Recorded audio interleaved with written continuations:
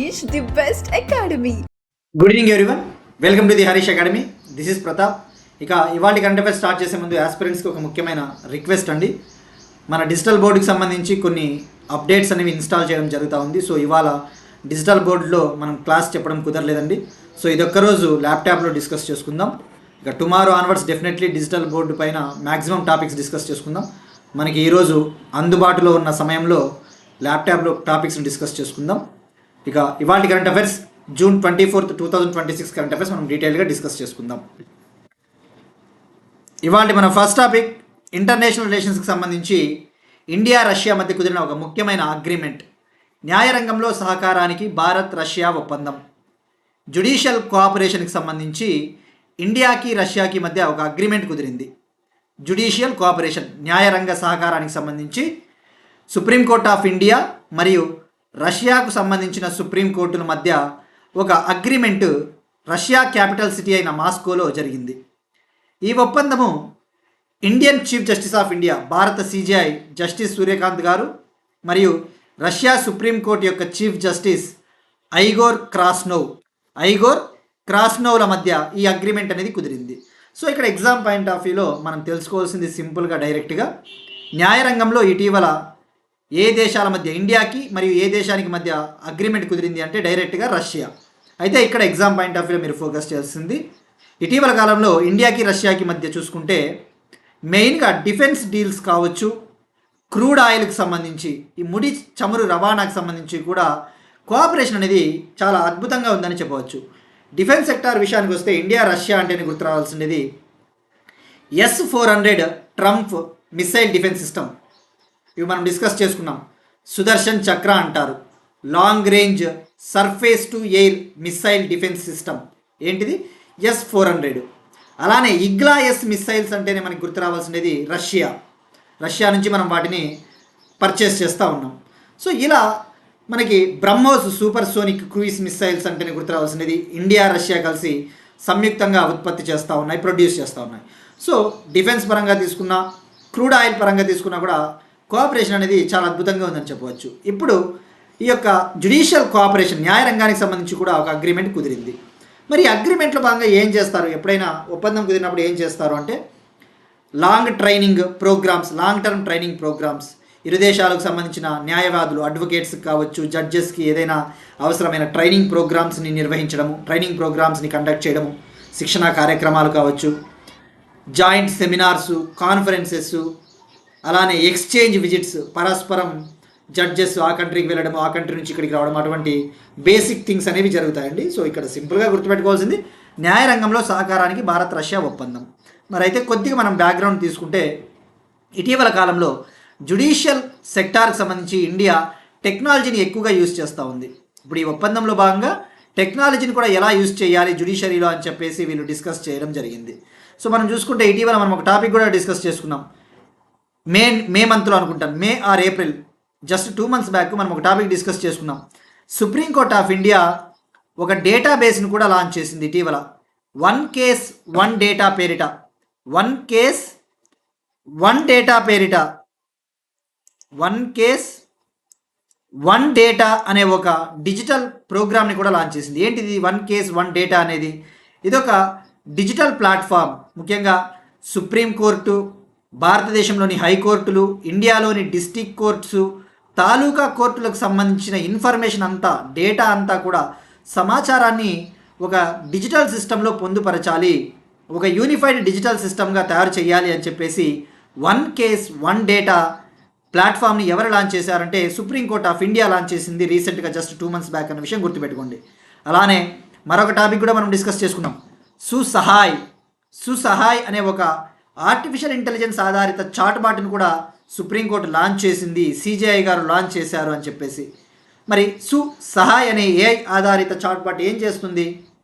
ఈ యొక్క చాట్బాటు సుప్రీంకోర్టుకు సంబంధించిన మెయిన్ వెబ్సైట్తో ఇంటిగ్రేట్ చేస్తారు, సుప్రీంకోర్టుకు సంబంధించిన ప్రధాన వెబ్సైట్తో దీన్ని లింకప్ చేస్తారు. తద్వారా ఇండియాలో ఎవరైతే సిటిజన్స్ వివిధ రకాల కోర్టులకు సంబంధించిన సర్వీసెస్, న్యాయ సంబంధిత సేవలు, కోర్ట్ రిలేటెడ్ సర్వీసెస్ ఈజీగా మనం పొందాలి అంటే ఈ యొక్క చాట్ బాట్ని యూజ్ చేసుకోవచ్చు అనమాట. సో ఇలా ఒక్కసారి మనము ఈ యొక్క జ్యుడిషియరీ సెక్టార్లో టెక్నాలజీ ఇనిషియేటివ్స్ ఏమైనా లాంచ్ చేస్తూ ఉన్నారో తెలుసుకోవాలి. అలానే ఈ కోర్ట్స్ మిషన్ మోడ్ ప్రాజెక్ట్, జ్యుడిషియరీలో పేపర్ని ఉపయోగించకూడదు, అంత డిజిటల్ పద్ధతిలో కొనసాగించాలి అని చెప్పేసి ఈ కోర్ట్స్ అనే ఒక మిషన్ మోడ్ ప్రాజెక్టును కూడా మన వాళ్ళు ఆల్రెడీ యూజ్ చేస్తూ ఉన్నారు.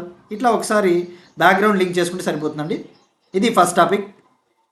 నెక్స్ట్ వన్, ఒక ఇంపార్టెంట్ టాపిక్, వ్యవసాయ రంగ ఎగుమతులు, అగ్రికల్చరల్ ఎక్స్పోర్ట్స్, ఇటువంటి వాటికి సంబంధించిన ఒక టాపిక్. భారతదేశం నుంచి ఎండిన గుడ్డు పొడి మొట్టమొదటి వాణిజ్య ఎగుమతి రవాణా. భారతదేశం నుంచి ఎండిన గుడ్డు పొడి మొట్టమొదటి వాణిజ్య ఎగుమతి రవాణా. ఇండియా నుంచి for the first time dried whole egg పౌడర్ని ఆస్ట్రియా కంట్రీకి ఎక్స్పోర్ట్ చేశారు. మరి ఏ స్టేట్ నుంచి ఎగుమతి చేశారు అంటే ఒడిషా ప్రాంతంలోని బాలాంగీర్ అనే ప్రాంతం నుంచి ఆస్ట్రియాకి ఎక్స్పోర్ట్ చేశారు. మరి మనం చాలాసార్లు ఇటువంటి టాపిక్స్ డిస్కస్ చేసుకున్నాం. వివిధ ప్రాంతాల నుంచి వివిధ దేశాలకి ఇటువంటి అగ్రికల్చరల్ ఎక్స్పోర్ట్స్, వ్యవసాయ ఎగుమతుల్ని ఎగుమతి చేస్తూ ఉంటారు అని చెప్పేసి. మరి ఇండియాలో ఈ యొక్క అగ్రికల్చరల్ ఎక్స్పోర్ట్స్ని ప్రమోట్ చేసే సంస్థ, వ్యవసాయ రంగ ఎగుమతుల్ని ప్రోత్సహించే సంస్థ అపెడా అని చెప్పేసి కూడా మనం చాలాసార్లు తెలుసుకున్నాం. అపెడా అంటే agricultural and processed food products export development authority. ఇది అపెడా చట్టం 1985 కింద ఏర్పాటైంది. అపెడా యాక్ట్ 1985 అమల్లోకి వచ్చిన సంవత్సరం 1986. అపెడా ఎప్పటి నుంచి ఇంప్లిమెంటేషన్లోకి వచ్చిందంటే 1986. మరి అపెడా ఏ మంత్రిత్వ శాఖ కింద ఉంటుంది? Ministry of commerce and industry అని చెప్పేసి మనము లెక్కలేనసార్లు చెప్పుకున్నాం. వాణిజ్య మరియు పరిశ్రమల మంత్రిత్వ శాఖ కింద ఉంటుంది. మరి ఇప్పుడు ఒడిషాలోని బాలాంగిర్ ప్రాంతం నుంచి ఆస్ట్రియా కంట్రీకి 22.6 మిలియన్ టన్నుల డ్రైడ్ హోల్ ఎగ్ పౌడర్, ఎండిన ఎగ్గు పొడిని రవాణా చేశారు. మరి ఎగ్జామ్ పాయింట్ ఆఫ్ వ్యూలో మనం తెలుసుకోవాల్సింది, ఈ egg powder, dried egg powder, ఎండిన గుడ్డు పొడిని ఎందుకు ఉపయోగిస్తారు? జనరల్గా బేకరీలు, స్వీట్స్ తయారీలో, అలానే కొన్ని రకాల ఔషధ తయారీ రంగాల్లో కూడా, మెడిసినల్ ఇండస్ట్రీలో కూడా, ఫార్మా రంగంలో కూడా కొన్నిసార్లు యూజ్ చేస్తారు. బెనిఫిట్స్ ఉన్నాయన్నమాట. సో సింపుల్గా గుర్తుపెట్టుకోండి, ఆస్ట్రియాకి ఫస్ట్ టైం ఎక్స్పోర్ట్ చేశారు. మరి ఆస్ట్రియా ఎక్కడ ఉంది? ఇది యూరోపియన్ కంట్రీ, యూరోపియన్ యూనియన్లో భాగం అని చెప్పేసి మనం చాలాసార్లు తెలుసుకున్నాం. యూరోపియన్ యూనియన్లో 27 మెంబర్ కంట్రీస్ ఉంటాయి, అందులో ఆస్ట్రియా ఒకటి. అయితే నాటోలో మెంబర్ కాదు. ఆస్ట్రియా యూరప్ కంట్రీనే, కానీ నార్త్ అట్లాంటిక్ ట్రీటీ ఆర్గనైజేషన్లో ఇది మెంబర్ కాదు అన్న విషయం గుర్తుపెట్టుకోండి. ఇక్కడ మెయిన్గా ఫోకస్ చేయాల్సింది మనకి ఆస్ట్రియా క్యాపిటల్ సిటీ ఏంటి? వియన్నా. మరి ఎన్విరాన్మెంట్ ఎవరైతే చదువుతారో వియన్నా అంటేనే గుర్తు రావాల్సింది వియన్నా ఒప్పందం 1985, వియన్నా కన్వెన్షన్ 1985 గుర్తు రావాలి. ఆస్ట్రియా అంటేనే గుర్తు రావాలి ఎన్విరాన్మెంట్ పాయింట్ ఆఫ్ వ్యూలో. ఆస్ట్రియా కరెన్సీ కాదు మనకి ముఖ్యము, ఆస్ట్రియా ప్రధాని, ఆస్ట్రియా ప్రెసిడెంట్ కాదు మనకు ముఖ్యము. ఎప్పుడైనా గుర్తుపెట్టుకోండి. ఆస్పిరెంట్స్ నేను మళ్ళీ చెప్పేది ఒకటే అండి, ఒక దేశంలో ఎన్నికలు జరిగినప్పుడు ఆ దేశంలో ఎవరు ప్రధానమంత్రిగా ఎన్నికవుతా ఉన్నారో, ఆ దేశానికి ఎవరు అధ్యక్షుడిగా ఎన్నికవుతా ఉన్నారో అప్పుడు మనకి ముఖ్యం. కానీ అప్పుడు ఎగ్జామ్లో అడుగుతారు. కానీ ఆస్ట్రియానో, స్లోవేకియానో, చెక్ రిపబ్లిక్కో ప్రతిసారి వార్తల్లో ఉన్నప్పుడు ఆ దేశ ప్రెసిడెంటు, ఆ దేశ ప్రధానమంత్రిని అనవసరంగా గుర్తుపెట్టుకోవడం వల్ల మీ మైండ్లలో అనవసరంగా ఇన్ఫర్మేషన్ స్టోర్ అవుతుంది. అసలు ఇన్ఫర్మేషన్ అనేది మీ మైండ్లకి ఎక్కదు. మీరు కావాలంటే ఆస్ట్రియా ప్రధానమంత్రి, ఆస్ట్రియా ప్రెసిడెంట్ గూగుల్ చేసుకుని కూడా రాసుకోవచ్చు. కానీ మళ్ళీ చెప్తున్నాను, కరెంట్ అఫైర్స్లో భాగంగా ఏదైనా ఒక కంట్రీలో ఎలక్షన్స్ జరిగినప్పుడు, ఎగ్జామ్స్కి ముందు ఎలక్షన్స్ జరిగితే ఏదైనా ఒక దేశంలో, అప్పుడు అడుగుతాడు ఆ దేశ ప్రధానమంత్రిగా ఎవరు సెలెక్ట్ అయ్యారు, ఏ పార్టీ గెలిచింది. అంతేగాని అనవసరంగా సందర్భం లేకుండా కూడా ఆస్ట్రియా ప్రధానమంత్రి, ప్రెసిడెంట్ అటువంటి పేరు గుర్తుపెట్టుకోవడానికి ఎప్పుడు ట్రై చేయొద్దండి. మీకు ఇంట్రెస్ట్ ఉంటే చదువుకోవాలి, గుర్తుపెట్టుకోవాలనుకుంటే గుర్తుంచుకోవడంలో తప్పులేదు. కానీ బట్ అసలు మర్చిపోవద్దండి. ఇక్కడ ఆస్ట్రియా అంటే గుర్తు రావాల్సినది వియన్నా ఒప్పందం, వియన్నా కన్వెన్షన్. 1985లో ఓజోన్ లేయర్ని ప్రొటెక్ట్ చేయాలి, ఓజోన్ లేయర్ని రక్షించాలి అని చెప్పేసి 1985లో వియన్నా ఒప్పందాన్ని తీసుకొని వచ్చారు. మరి దీనికి అనుబంధంగానే తీసుకొని వచ్చినదే మాంట్రియాల్ ప్రోటోకాల్, కెనడా. మాంట్రియాల్ ఎక్కడ ఉంటుంది? కెనడా. Montreal protocol 1987. ఇక్కడ మాంట్రియాల్ ప్రోటోకాల్ అంటే గుర్తు రావాల్సినది ప్రపంచంలోనే అత్యంత విజయవంతమైన పర్యావరణ ఒప్పందం ఏది అంటే Montreal protocol. World's most successful environmental treaty Montreal protocol 1987లో అమల్లోకి వచ్చింది. సో ఇట్లా ఇవన్నీ కూడా ఒకసారి గుర్తు చేసుకుంటే ఎన్విరాన్మెంట్లో కూడా మీకు వెళ్ళిపోతాయండి. మరి ఇక్కడ ఆస్ట్రియా, మీరు ఇక్కడ చూస్తే క్యాపిటల్ వియన్నా. ఇక్కడ డనుబే రివర్ అని ఉంది. మీకు జాగ్రఫీ పాయింట్ ఆఫ్ వ్యూలో డనుబే రివర్ హెల్ప్ అవుతుంది. డనుబే రివర్ అనేది యూరప్లోని 10 దేశాల్లో ప్రవహిస్తుంది. Germany, Germany, Austria, Slovakia, Hungary అటువంటి దేశాల్లో ధనుబే నది ప్రవహిస్తుంది. గుర్తుపెట్టుకోండి, ధనుబే రివర్ ఏ కాంటినెంట్ అంటే యూరప్. మీకు ఇవన్నీ కూడా చెప్పేటప్పుడు బిట్స్ అండ్ పీసెస్గా ఉంటాయి, కానీ జాగ్రఫీలో ఇవన్నీ హెల్ప్ అవుతాయండి. రేపు పొద్దున్న మ్యాచ్ ద ఫాలోయింగ్లో కావచ్చు, ఎలిమినేషన్ టెక్నిక్లో ఇటువంటివి చాలా హెల్ప్ అవుతాయి నేను చెప్పేటివి. Next one, most important topic, భారతదేశపు మొట్టమొదటి ప్రైవేటు బంగారు గని. India's first private gold mine. భారతదేశపు మొట్టమొదటి ప్రైవేట్ బంగారు గనిని ఇవాళ చంద్రబాబు నాయుడు గారు, ఆంధ్రప్రదేశ్ చీఫ్ మినిస్టర్ చంద్రబాబు నాయుడు గారు కర్నూలు జిల్లాలోని తుగ్గలి మండలంలోని జొన్నగిరి ప్రాంతంలో ప్రారంభించారు, ఇనాగరేట్ చేశారు. మరి ఇక్కడ మెయిన్గా ఫోకస్ చేయాల్సింది India's first private gold mine. మనం చూస్తూ ఉన్నాం, బంగారు దిగుమతులు పెరిగిపోతూ ఉన్నాయి. క్రూడ్ ఆయిల్ తర్వాత భారతదేశం అత్యంత ఎక్కువగా దిగుమతి చేసుకుంటా ఉన్నది బంగారాన్నే. After crude oil we're importing gold like anything. India's second largest import after crude oil బంగారం అని చెప్పవచ్చు. మరి ఈ కాంటెక్స్ట్లో బంగారం అనేది మనకి చాలా ఇంపార్టెంట్. ఉన్న బంగారాన్ని కనుక మనం ఉత్పత్తి చేసి నగలు తయారు చేసుకుంటే లేడీస్ కావచ్చు, జెంట్స్ నెక్లెస్లు, బ్రాస్లెట్లు తయారు చేయించుకోవచ్చు. So India's first private gold mine అనేది కర్నూలు డిస్టిక్లోని తుగ్గలి మండలం జొన్నగిరిలో ఇవాళ ఆంధ్రప్రదేశ్ చీఫ్ మినిస్టర్ చంద్రబాబు నాయుడు గారు ప్రారంభించారు. మరి ఇక్కడ మనం ఫస్ట్ ఫోకస్ చేయాల్సింది ఏంటి, అసలు ఈ యొక్క గోల్డ్ మైన్ని ఒక ప్రైవేట్ సంస్థ నిర్వహించబోతా ఉంది, మేనేజ్ చేయబోతా ఉంది. భారతదేశానికి స్వాతంత్రం వచ్చిన తర్వాత మొట్టమొదటి ప్రైవేటు భారతదేశపు గోల్డ్ మైన్ అని చెప్పవచ్చు. భారతదేశానికి ఇండిపెండెన్స్ వచ్చిన తర్వాత India's first private gold mine అని చెప్పవచ్చు. మరి జొన్నగిరి ఎంత ఉంది? జొన్నగిరి ప్రాంతంలో సుమారుగా 12 టన్నుల గోల్డ్ ఉందట. 12 టన్నుల గోల్డ్ ఉంది ఆ జొన్నగిరి ప్రాంతంలో. ఇది మెయిన్గా కర్నూలు జిల్లాలోని 3 ప్రాంతాల్లో ఈ మైన్ ఉంది. జొన్నగిరి ప్రాంతము, ఎర్రగుడి, అలానే పగిడిరాయి అనే 3 గ్రామాల పరిధిలో ఈ గోల్డ్ మైన్ ఉంది. మరి ఎంత ఉంది జొన్నగిరి ఆ ఏరియాలో? సుమారుగా 12 టన్స్, 12 టన్నులు ఉంది. మరి ఇప్పుడు మనం ఫోకస్ చేయాల్సింది ఏ కంపెనీ వాళ్ళు దీన్ని ఆపరేట్ చేస్తూ ఉన్నారు, ఏ ప్రైవేట్ కంపెనీ అంటే జియో మైసూర్ కంపెనీ. మరి ఎన్ని హెక్టార్లలో విస్తరించింది, అటువంటి బేసిక్ డీటెయిల్స్, ఎంత ఇన్వెస్ట్మెంట్ పెడతా ఉన్నారో అటువంటి తెలుసుకోవాలండి. ఈ ప్రాజెక్టుని ఎవరు నిర్వహించబోతున్నారు, ఎవరు లీడ్ చేయబోతున్నారంటే Geo Mysore services India private limited company. ఈ కంపెనీకి అవసరమైన సపోర్టు, అవసరమైన మద్దతు త్రివేణి ఎర్త్ మూవర్స్ కంపెనీ అందిస్తూ ఉంది. అలానే డెక్కన్ గోల్డ్ మైన్స్ లిమిటెడ్ కూడా అందిస్తూ ఉంది అవసరమైన మద్దతు. బట్ మెయిన్గా గుర్తుపెట్టుకోండి, ఏ కంపెనీ అంటే geo Mysore services India private limited. మరి ఈ మైన్ సుమారుగా 598 హెక్టార్లలో విస్తరించి ఉంది. 598 హెక్టార్స్లో ఈ మైన్ ఉంది. ఇప్పటికే జియో మైసూర్ సర్వీసెస్ కంపెనీ సుమారుగా 400 కోట్లకు పైగా ఇన్వెస్ట్మెంట్ పెట్టింది. సుమారుగా అప్రాక్సిమేట్లీ 405 కోట్ల పెట్టుబడి పెట్టింది. మరి దీని కెపాసిటీ ఎంత, దీని సామర్థ్యము? ఈ బంగారు మైన్ నుంచి సంవత్సరానికి సుమారుగా 1000 కేజీల గోల్డ్ని ఉత్పత్తి చేయాలి అనేది టార్గెట్ పెట్టుకున్నారు ఆంధ్రప్రదేశ్ ప్రభుత్వం. 1000 కేజీ అంటే 1 టన్ అని అర్థం సుమారుగా. మరి 2026-27 అకాడమిక్ ఇయర్లో, ప్రస్తుత ఆర్థిక సంవత్సరంలో 400 కేజీల బంగారాన్ని ఉత్పత్తి చేయాలి ప్రస్తుతానికి అని చెప్పేసి టార్గెట్ పెట్టుకుంది ఆంధ్రప్రదేశ్ ప్రభుత్వం. దీన్ని నెక్స్ట్ 15 ఇయర్స్లో, రాబోయే 15 ఏళ్లలో సంవత్సరానికి 1000 కేజీల వరకు గోల్డ్ని ఉత్పత్తి చేయాలని చెప్పేసి టార్గెట్ పెట్టుకుంది ఆంధ్రప్రదేశ్ ప్రభుత్వం. సో మరి దీనికోసం గాను ఈ జియో మైసూర్ కంపెనీ ఆంధ్రప్రదేశ్ గవర్నమెంట్కి 4% రాయల్టీ కూడా చెల్లిస్తుంది. 4% రాయల్టీ ఫీ అందిస్తుంది. తద్వారా ఆంధ్రప్రదేశ్కి కూడా ఆదాయం అని చెప్పవచ్చు. సో మరి ఎర్రగుడి అంటేనే మీకు గుర్తు రావాలి హిస్టరీ. ఎర్రగుడి శాసనము, కర్నూలు జిల్లా ఎర్రగుడి శాసనము, హిస్టరీ గుర్తు రావాలి, ancient India history.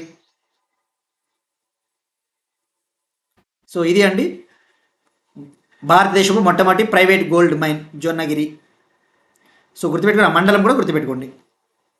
Next one, most important topic, home minister Amit Shah గారు న్యూఢిల్లీలో నాఫెడ్ సంస్థకు సంబంధించిన 4 కొత్త ఇనిషియేటివ్స్ని లాంచ్ చేశారు. Union home minister Amit Shah గారు ఎస్టర్డే న్యూఢిల్లీలో నాఫెడ్ సంస్థకు సంబంధించిన 4 కొత్త కార్యక్రమాలని లాంచ్ చేశారు.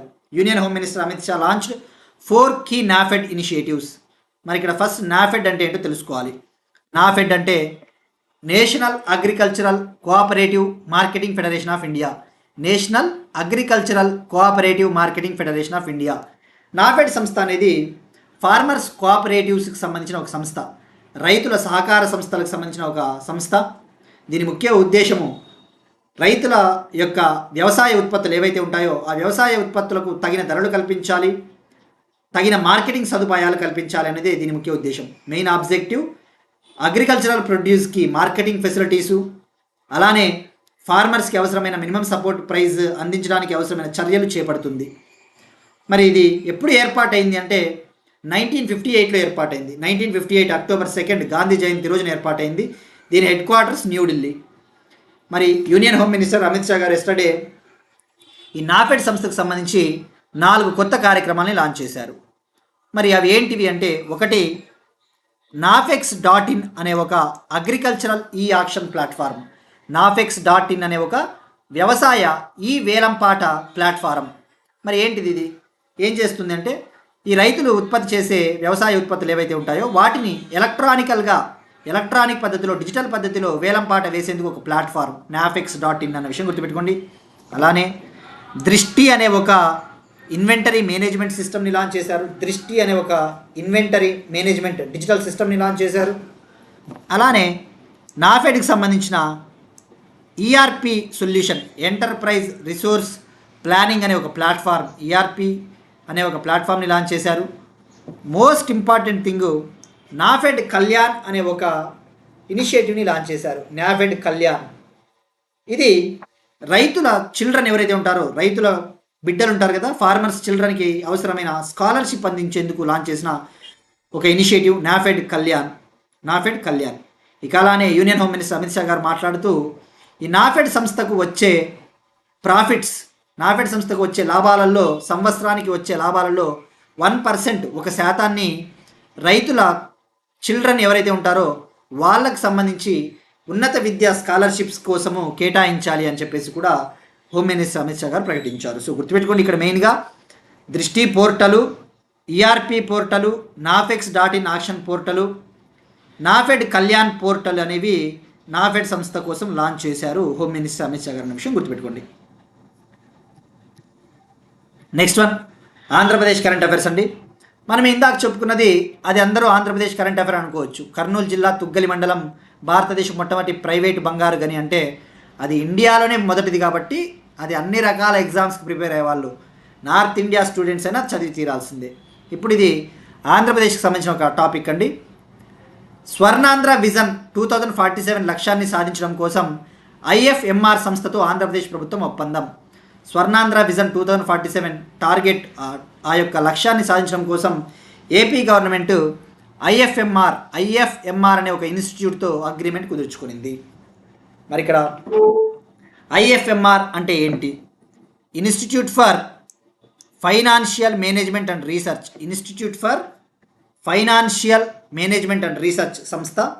ఇది క్రియా యూనివర్సిటీకి సంబంధించిన ఒక సంస్థ, క్రియా ఎడ్యుకేషనల్ యూనివర్సిటీకి సంబంధించిన ఒక విద్యా సంస్థ ఐఎఫ్ఎంఆర్. మరి క్రియా యూనివర్సిటీ అనేది ఇది భారతదేశపు ఒక private university, India's private university. ఇది ఆంధ్రప్రదేశ్లోని శ్రీ సిటీలో ఉంది, శ్రీ సిటీ తిరుపతి. మరి ఇప్పుడు ఆ క్రియా యూనివర్సిటీకి చెందిన institute for financial management and research సంస్థతో ఏపీ గవర్నమెంట్ ఒప్పందం కుదుర్చుకునింది. మరి ఎందుకు అంటే, స్వర్ణాంధ్ర విజన్ 2047 లక్ష్యాన్ని సాధించడానికి ఐఎఫ్ఎంఆర్ సంస్థ అవసరమైన పాలసీ సపోర్టు, పాలసీ మద్దతు కావచ్చు, అవసరమైన ఇన్పుట్స్ అందిస్తుంది. మరి ఇక్కడ సింపుల్గా గుర్తుపెట్టుకోవాలంటే, స్వర్ణాంధ్ర విజన్ 2047 ఏం చెప్తుంది? ఆంధ్రప్రదేశ్ని డెవలప్ చేయాలి, 2047 కల్లా స్వర్ణాంధ్ర లక్ష్యాన్ని సాధించడం కోసం 10 సూత్రాల విజన్ డాక్యుమెంట్ని ఆంధ్రప్రదేశ్ ప్రభుత్వం లాంచ్ చేసింది. స్వర్ణాంధ్ర విజన్ డాక్యుమెంట్లు ఎన్ని ఉంటాయి? 10 సూత్రాలు. ఉదాహరణకు ఏముంటాయి? క్లీన్ ఆంధ్రప్రదేశ్, స్వచ్ఛ ఆంధ్రప్రదేశ్, పావర్టీని ఎలిమినేట్ చేయాలి, పేదరికాన్ని నిర్మూలించాలి, స్టార్టప్ కంపెనీలను అభివృద్ధి చేయాలి, ఇండస్ట్రీలను అభివృద్ధి చేయాలి, ఇన్వెస్ట్మెంట్స్ని రాబట్టాలి. ఇలా 10 సూత్రాల ప్రణాళికే స్వర్ణాంధ్ర విజన్ డాక్యుమెంట్. మరి ఆ స్వర్ణాంధ్ర విజన్ డాక్యుమెంట్ స్వర్ణాంధ్ర లక్ష్యాన్ని సాధించాలి అంటే ఆంధ్రప్రదేశ్ ప్రభుత్వం సంవత్సరానికి 15% ఆర్థిక వృద్ధి రేటును సాధించాలి అని చెప్పేసి కూడా టార్గెట్ పెట్టుకునింది. స్వర్ణాంధ్ర విజన్ 2047 టార్గెట్ని సాధించడం కోసం AP government 15% annual economic growth రేట్ని టార్గెట్గా పెట్టుకునింది. మరి ఈ పార్ట్నర్షిప్లో భాగంగా ఐఎఫ్ఎంఆర్ సంస్థ ఆంధ్రప్రదేశ్లో ఎలా పావర్టీని తొలగించాలి, వాటర్ సెక్యూరిటీ నీటి భద్రత కోసము, డీప్ టెక్నాలజీ మిషన్స్ కోసం అవసరమైన పాలసీ సపోర్ట్ని అందిస్తుంది ఐఎఫ్ఎంఆర్ సంస్థ అన్న విషయం గుర్తుపెట్టుకోండి. ఈ అగ్రిమెంటు అమరావతిలో కుదిరింది. నెక్స్ట్ వన్ అగైన్ ఆంధ్రప్రదేశ్ సంబంధించి ఒక ఇంపార్టెంట్ టాపిక్ అండి. సైన్స్ అండ్ టెక్నాలజీ ఇన్నోవేషన్ శాఖను ఏర్పాటు చేసిన ఆంధ్రప్రదేశ్ ప్రభుత్వం. Andhra Pradesh government science and technology innovation అనే ఒక సెపరేట్ డిపార్ట్మెంట్ని సెటప్ చేసింది. ఇప్పటి వరకు అటవీ పర్యావరణ శాఖలో అంతర్భాగంగా ఉన్న సైన్స్ అండ్ టెక్నాలజీ విభాగాన్ని వేరు చేసి సైన్స్ అండ్ టెక్నాలజీ ఇన్నోవేషన్ పేరిట ఆంధ్రప్రదేశ్ ప్రభుత్వం కొత్త శాఖను ఏర్పాటు చేసింది. ఆంధ్రప్రదేశ్ ప్రభుత్వం సైన్స్ అండ్ టెక్నాలజీ ఇన్నోవేషన్ని డెవలప్ చేయాలి అని చెప్పేసి ఒక సెపరేట్ డిపార్ట్మెంట్ని క్రియేట్ చేసింది. ఇప్పటి వరకు సైన్స్ అండ్ టెక్నాలజీ డిపార్ట్మెంట్ అనేది ఫారెస్ట్ అండ్ ఎన్విరాన్మెంట్ డిపార్ట్మెంట్లో భాగంగానే ఉండేది, బట్ ఇప్పుడు సపరేట్ చేసింది అనమాట. సో ఆ పేరు గుర్తుపెట్టుకోండి, సైన్స్ అండ్ టెక్నాలజీ ఇన్నోవేషన్. మనకి దీనికోసం Andhra Pradesh government business rules 2018 first షెడ్యూల్ని కూడా సవరించింది. దీనికోసం Andhra Pradesh government business rules 2018 first షెడ్యూల్ని కూడా అమెండ్ చేస్తున్నట్టు ఆంధ్రప్రదేశ్ ప్రభుత్వ ప్రధాన కార్యదర్శి chief secretary G Sai Prasad గారు ఉత్తర్వులు కూడా జారీ చేశారు. Next one most important topic energy సెక్యూరిటీకి సంబంధించి భారతదేశపు మొట్టమొదటి private hybrid 2G ethanol project, India's first private hybrid 2G ethanol project, భారతదేశపు మొట్టమొదటి ప్రైవేట్ హైబ్రిడ్ 2G ఇథనాల్ ప్రాజెక్టుకు పెట్రోలియం మరియు సహజవాయు మంత్రిత్వ శాఖ ఆమోదం తెలిపింది. India's first private sector hybrid 2G ethanol ప్రాజెక్టుకు ministry of petroleum and natural gas approval ఇచ్చిందండి. మరి దీనికోసం 150 కోట్ల ఆర్థిక సహాయాన్ని పెట్రోలియం మంత్రిత్వ శాఖ అందించబోతా ఉంది. మరి ఎక్కడ ఈ ప్రాజెక్ట్ని ఏర్పాటు చేయబోతున్నారంటే ఉత్తరప్రదేశ్లో ఏర్పాటు చేయబోతున్నారు. ఉత్తరప్రదేశ్. మరి ఇక్కడ ఏంటి అసలు 2G ఇథనాల్ అంటే ఏంటి? 2G ఇథనాల్ అంటే మనం తెలుసుకున్నాం, బయో ఇంధనాలు, biofuels, national policy and biofuels 2018 discuss చేసుకున్నాం మనం. గవర్నమెంట్ ఆఫ్ ఇండియా పర్యావరణానికి మేలు చేయాలి, కర్బన ఉద్గారాలు తగ్గించాలి అని చెప్పేసి ఎన్విరాన్మెంట్ ఫ్రెండ్లీ ఫ్యూయల్స్ని డెవలప్ చేయాలి, గ్రీన్ హౌస్ గ్యాస్ ఎమిషన్స్ని రెడ్యూస్ చేసే ఫ్యూయల్స్ ఇంధనాలని వాడాలి అని చెప్పేసి బయో ఇథనాలు ఇటువంటి వాటిని ఎక్కువగా ఈ మధ్యన ఉపయోగిస్తూ ఉంది. ఉదాహరణకు ethanol blending programme 20, E20 programme కావచ్చు, E85 కావచ్చు, అలాంటివి. సో మరి ఇప్పుడు ఫర్ ద ఫస్ట్ టైం ఇండియాలో ఒక private company hybrid 2G ethanol ప్రాజెక్ట్ని ఉత్తరప్రదేశ్లో సెటప్ చేయబోతోంది. ఈ ప్రాజెక్ట్ కోసం petroleum and natural gas ministry 150 crore 150 కోట్ల ఆర్థిక సహాయాన్ని అందించబోతా ఉంది. తద్వారా బయో ఎకానమీ అనేది అభివృద్ధి చెందుతుంది, సర్కులర్ బయో ఎకానమీ అనేది అభివృద్ధి చెందుతుంది. మరి ఇప్పుడు దీనికి సంబంధించి మనము అసలు 2G ఇథనాల్ అంటే ఏంటి, 2G ఇథనాల్ ఎట్లా తయారు చేస్తారు ఇథనాల్ని, 2G అంటే ఇక్కడ సెకండ్ జనరేషన్ ఇథనాల్. మరి ఎలా ఉత్పత్తి చేస్తారు వీటిని? జనరల్గా ఆహారేతర పంటలు ఉంటాయి కదా, నాన్ ఫుడ్ క్రాప్స్ అంటే మనం ఆహారానికి ఉపయోగించని పంటలు. ఉదాహరణకు నాన్ ఫుడ్ క్రాప్స్ అంటే ఉదాహరణకు sugar cane molasses, sugar cane bagasse అంటారు కదా, అంటే చెరకు పిప్పి కావచ్చు, వరి పొట్టు, గోధుమ పొట్టు.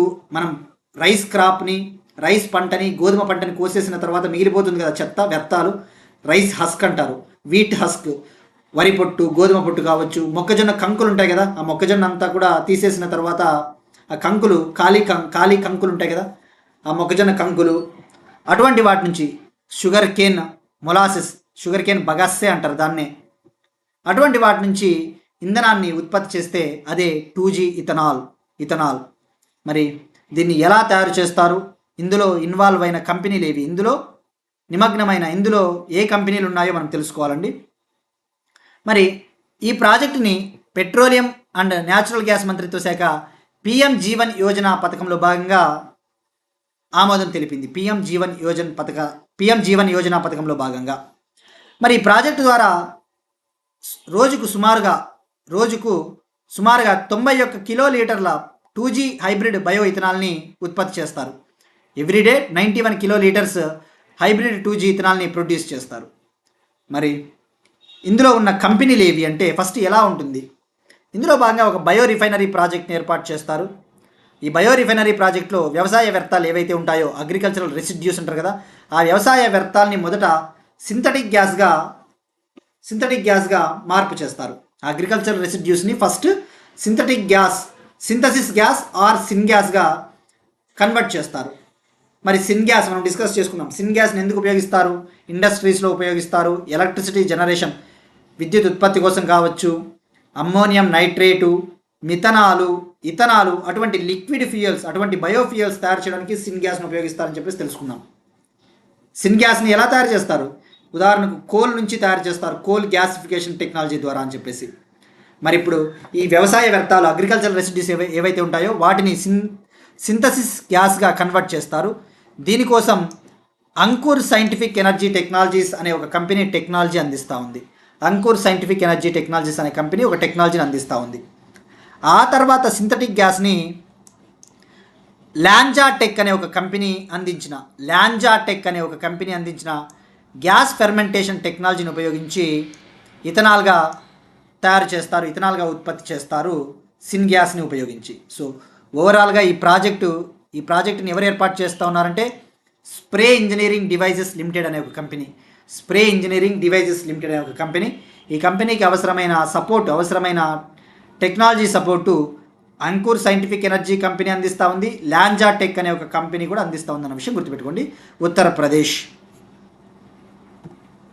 ఇక next one most important topic అండి, డేటా సెంటర్స్కి సంబంధించిన ఒక ఇంపార్టెంట్ టాపిక్. సముద్రం అడుగున డేటా సెంటర్ను ఏర్పాటు చేసిన చైనా ప్రపంచంలోనే తొలిసారిగా విండ్ ఎనర్జీ ఆధారిత అండర్ వాటర్ డేటా సెంటర్ని ఏర్పాటు చేసింది. World's first wind powered under water data centre started in China ప్రపంచంలోనే మొట్టమొదటిసారిగా సముద్ర అడుగున విండ్ ఎనర్జీతో పవన శక్తితో నడిచే ఒక అండర్ వాటర్ డేటా సెంటర్ని ఏర్పాటు చేసిందండి. మరి ఎక్కడ ఏర్పాటు చేసిందంటే షాంఘై తీరంలో, షాంఘై కోస్ట్. ఈ డేటా సెంటర్ పేరు వచ్చేసి Shanghai Lingang under sea data centre. ఇది యాక్చువల్లీ మేలోనే స్టార్ట్ చేశారండి, బట్ ఇవాళ మనకి న్యూస్ పేపర్లో ఇచ్చారు, మేలోనే స్టార్ట్ చేశారు. దీని కెపాసిటీ 24 మెగావాట్, 24 మెగావాట్ల సామర్థ్యం ఈ డేటా సెంటర్. మరి ఈ డేటా సెంటర్ దీనివల్ల అవసరం ఏంటి? మనం చూస్తూ ఉన్నాం ఆల్రెడీ ఆర్టిఫిషియల్ ఇంటెలిజెన్స్ రంగంలో కావచ్చు, ప్రతి చోట క్లౌడ్ కంప్యూటింగ్ ఇటువంటి సెక్టార్లకి డేటా సెంటర్స్ అనేవి అవసరమైన కంప్యూటింగ్ మౌలిక వసతులు, అవసరమైన కంప్యూటింగ్ ఇన్ఫ్రాస్ట్రక్చర్ని ఈ డేటా సెంటర్స్ అందిస్తాయి. మరి ఇప్పుడు ప్రపంచంలోని తొలిసారిగా విండ్ ఎనర్జీతో నడిచే అండర్ వాటర్ డేటా సెంటర్ని చైనా ఏర్పాటు చేసిందన్న విషయం గుర్తుపెట్టుకోండి. మరి దీన్ని ఎవరు ఏర్పాటు చేశారంటే చైనా గవర్నమెంట్కి చెందిన ఒక కంపెనీ, చైనా గవర్నమెంట్కి సంబంధించిన చైనా కమ్యూనికేషన్స్ కన్స్ట్రక్షన్ అనే ఒక కంపెనీ, అలానే హైక్లౌడ్ టెక్నాలజీ అనే ఒక కంపెనీ సంయుక్తంగా ఏర్పాటు చేశాయి, జాయింట్గా సెటప్ చేశాయి. మరి దీనివల్ల లాభం ఏంటి అంటే జనరల్గా ల్యాండ్ పైన ఏర్పాటు చేసే డేటా సెంటర్స్, భూమిపైన ఏర్పాటు చేసే డేటా సెంటర్స్కి ఎక్కువ నీటి వనరులు అవసరము, హ్యూజ్ వాటర్ రిసోర్సెస్ అవసరము. ఆ డేటా సెంటర్స్కి సంబంధించిన ఎక్విప్మెంట్ని కూల్ చేయడం కోసం నీటి వనరులు చాలా ఎక్కువ అవసరం. కానీ ఇప్పుడు అండర్ వాటర్లో దీన్ని ఏర్పాటు చేయడం వల్ల నీటి వనరులు, వాటర్ రిసోర్సెస్ని కూడా ఎక్కువ యూజ్ చేయదు, ఎందుకంటే సముద్రంలోనే కావాల్సిన నీళ్ళు ఉంటాయి కాబట్టి. ఇక ఎలక్ట్రిసిటీని కూడా ఎక్కువగా వినియోగించదు.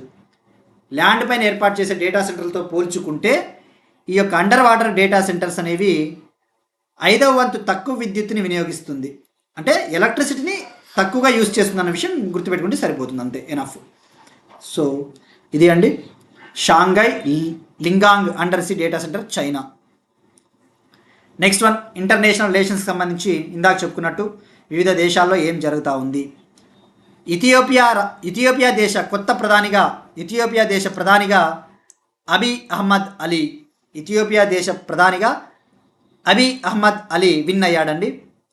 ప్రైమ్ మినిస్టర్ నరేంద్ర మోడీ గారు కంగ్రాచులేషన్స్ తెలిపారు. మరి ఇక్కడ ఎగ్జామ్ పాయింట్ ఆఫ్ వ్యూలో మనం తెలుసుకోవాల్సింది, అక్కడ విన్ అయ్యారు కాబట్టి అతని పార్టీ ఏంటి, ఇథియోపియా ఎక్కడ ఉంది, ఇథియోపియా రాజధాని. ఇథియోపియా అంటేనే గుర్తు రావాల్సిండేది ఆఫ్రికా ఖండంలో ఉండే ఒక దేశము. Ethiopia capital Addis Ababa. మరి ఇప్పుడు ఇతని పార్టీ ఏందో తెలుసుకుందాం. ఇతని పార్టీ వచ్చేసి ప్రాస్పరిటీ పార్టీ. ఇథియోపియాలో ప్రాస్పరిటీ పార్టీకి చెందిన వ్యక్తి ఈయన. ప్రాస్పరిటీ పార్టీ 501 సీట్లలో పోటీ చేస్తే 438 సీట్లు గెలుచుకునింది. మనకి అది ఎనఫ్ అండి. ఆల్రెడీ మరి ఈయన ఈ పదవిని ఎప్పుడు చేపట్టబోతా ఉన్నారంటే మరొకసారి అక్టోబర్లో ఈ పదవిని చేపట్టబోతా ఉన్నారు. మరొకసారి ఈయన గవర్నమెంట్ని ఫామ్ చేయబోతా ఉన్నాడు అని చెప్పవచ్చు. సో ప్రాస్పరిటీ పార్టీ అన్న విషయం గుర్తుపెట్టుకోండి, ఎనఫ్. కానీ ఇక్కడ ఇథియోపియా అంటే గుర్తు రావాల్సినది మీకు బ్యాక్గ్రౌండ్ గుర్తు రావాలి. COP32 సమ్మిట్ ఎక్కడ జరగబోతోంది మనం డిస్కస్ చేసుకున్నాం. UNFCCకి కాన్ఫరెన్స్ ఆఫ్ పార్టీస్ 32 COP 32వ సదస్సు 2027లో ఇథియోపియా దేశ రాజధాని అడ్డిస్ అబబాలో జరగబోతోందని చెప్పేసి తెలుసుకున్నాం. ఇక అలానే గుర్తు రావాల్సినది మనం నవంబర్ 2025 ఒక టాపిక్ డిస్కస్ చేసుకున్నాం లాస్ట్ ఇయర్. ఇథియోపియా దేశము, ఆ దేశంలో ఇథియోపియాలో పేదరిక నిర్మూలన కోసము భారతదేశం యొక్క ఫ్లాగ్షిప్ ప్రోగ్రామ్ అయిన Deen Dayal Antyodaya Yojana national rural livelihood mission ప్రోగ్రామ్ని కూడా ఇథియోపియా దేశం అమలు చేయబోతోందని చెప్పేసి తెలుసుకున్నాం. ఇథియోపియాలో పావర్టీని ఎలిమినేట్ చేయడం కోసం ఇండియా యొక్క ఫ్లాగ్షిప్ ప్రోగ్రామ్ అయిన Deen Dayal Antyodaya Yojana national rural livelihood mission ప్రోగ్రామ్ని కూడా ఇథియోపియా ఇంప్లిమెంట్ చేయబోతా ఉంది అని చెప్పేసి తెలుసుకున్నాం బ్యాక్గ్రౌండ్. మరి అడ్డిస్ అబబా అంటేనే గుర్తు రావాల్సినది African union capital. African union కూటమి ఉంది కదా, 55 దేశాలు ఉంటాయి. దానికి హెడ్ క్వార్టర్స్ ఎక్కడంటే అడ్డిస్ అబబా. మరి అలానే ఇంకోటి గుర్తు రావాల్సినది ఏంటి, మీరు జాగ్రఫీ పాయింట్ ఆఫ్ వ్యూలో గుర్తు రావాలి. ఇప్పుడు మీకు ఇక్కడ ఏముంది, యెమెన్ కంట్రీ ఉంది. ఇక్కడ ఏముంది, రెడ్ సీ ఉంది, ఎర్ర సముద్రం. ఇక్కడ గల్ఫ్ ఆఫ్ ఎడెన్ జలసంధి. మరి ఇక్కడ ఏముంటుందండి, మనం డిస్కస్ చేసుకున్నాం. బాబ్ ఎల్ మ్యాండెబ్ అనే ఒక జలసంధి, బాబ్ ఎల్ మ్యాండెబ్ అనే ఒక స్ట్రైట్ జలసంధి. ఏ విధంగా అయితే స్ట్రైట్ ఆఫ్ హార్ముజ్ జలసంధి ఉందో, హార్ముజ్ జలసంధి, ఇక్కడ ఎర్ర సముద్రాన్ని గల్ఫ్ ఆఫ్ ఎడెన్ని, రెడ్ సీని గల్ఫ్ ఆఫ్ ఎడెన్ని కలిపే జలసంధి ఆ స్ట్రైటే బాబ్ ఎల్ మ్యాండెబ్. దీన్నే గేట్ ఆఫ్ టియర్ అంటారని కూడా మనం తెలుసుకున్నాం. గేట్ ఆఫ్ టియర్ అంటే ఏంటి, కన్నీటి ద్వారము. మరి రెడ్ సీని గల్ఫ్ ఆఫ్ ఎడన్ని అలానే ఇండియన్ ఓషియన్ని కలిపే జలసంధి బాబ్ ఎల్ మ్యాండెబ్ అన్న విషయం గుర్తుపెట్టుకోండి. జాగ్రఫీలో మీకు వెళ్ళిపోతాయి ఇవన్నీ కూడా రాబోయే ఎగ్జామ్స్లలో. మరి అక్కడితో ఆగిపోకూడదు. ఇక్కడ ఇథియోపియా ఎక్కడ ఉంది, ఇక్కడ ఉంది. ఇథియోపియా పైన ఏ కంట్రీ ఉంది, ఇంకోటి ఎరిత్రియా ఉంది. ఇక్కడ ఏముంది, సోమాలియా ఉంది. ఇక్కడ జిబౌటి ఉంది. ఇక్కడ యెమెన్ ఉంది. మరి ఇప్పుడు జాగ్రఫీ పాయింట్ ఆఫ్ వ్యూలో రేపొద్దున ఇలా కూడా అడుగుతారు, బాబ్ ఎల్ మ్యాండెబ్ యొక్క బార్డరింగ్ కంట్రీస్ ఏవి, ఈ బాబ్ ఎల్ మ్యాండెబ్ జలసంధికి ఆనుకుని ఉన్న సరిహద్దు దేశాలు ఏవి అంటే ఇథియోపియా ఉందని మీరు పొరపడొద్దండి. ఇథియోపియా కూడా ఇక్కడ ఉంది కదా, చూపిస్తూ ఉంది కదా మ్యాప్లో. ఇథియోపియా బాబ్ ఎల్ మ్యాండెబ్కి సరిహద్దు దేశం అని పొరపడితే మార్కు పోతుంది. ఈ బాబ్ ఎల్ మ్యాండెబ్కి బార్డరింగ్ కంట్రీసు యెమెను, అరేబియన్ పెనిన్సులాలో యెమెను, ఇక్కడ ఎరిత్రియా బార్డరింగ్ కంట్రీ జిబౌటి, మళ్ళీ సోమాలియా కూడా రాదు. ఈ 3 దేశాలే బాబ్ ఎల్ మ్యాండెబ్కి సరిహద్దు దేశాలన్న విషయం మళ్ళీ చెప్తున్నాను, బాగా రాసుకోండి. సో ఇది అండి ఇథియోపియా దేశము సంబంధించిన information. Next one, appointments. WhatsApp కంపెనీకి న్యూ సీఈఓగా కునాల్ షా. మనకి వాట్సాప్ ఇది మెటా కంపెనీకి సంబంధించిన మెసేజింగ్ ప్లాట్ఫామ్ వాట్సాప్కి కొత్త సీఈఓగా, న్యూ చీఫ్ ఎగ్జిక్యూటివ్ ఆఫీసర్గా ఇండియన్ పర్సన్, భారతీయ టెక్నాలజీ దిగ్గజం, Indian technology personality Kunal Shah గారు బాధ్యతలు స్వీకరించారండి. మరి మొన్నటి వరకు వాట్సాప్ కంపెనీకి సీఈఓగా విల్ క్యాథ్కార్ట్ అనే పర్సన్ ఉన్నారు. ఇప్పుడు ఆయన స్థానంలో ఈయనని మెటా కంపెనీ నియమించింది. మరి మెటా కంపెనీ అనేది ఈ వాట్సాప్, ఫేస్బుక్ కంపెనీలకి పేరెంట్ కంపెనీ, అంటే మాతృ సంస్థ అంటారు కదా. మెటా అనేది ఒక పెద్ద ప్లాట్ఫామ్. మెటా కంపెనీ ఫౌండర్ ఎవరు, మార్క్ జుకర్బర్గ్. మరి ఇప్పుడు ఈ వాట్సాప్ కంపెనీకి సీఈఓగా కునాల్ షాని అపాయింట్ చేశారు. మరి ఈయన ప్రాముఖ్యత ఏంటి అంటే ఈయన క్రెడ్ అనే ఒక ఫిన్టెక్ యూనికార్న్ కంపెనీని ఫౌండ్ చేశారు.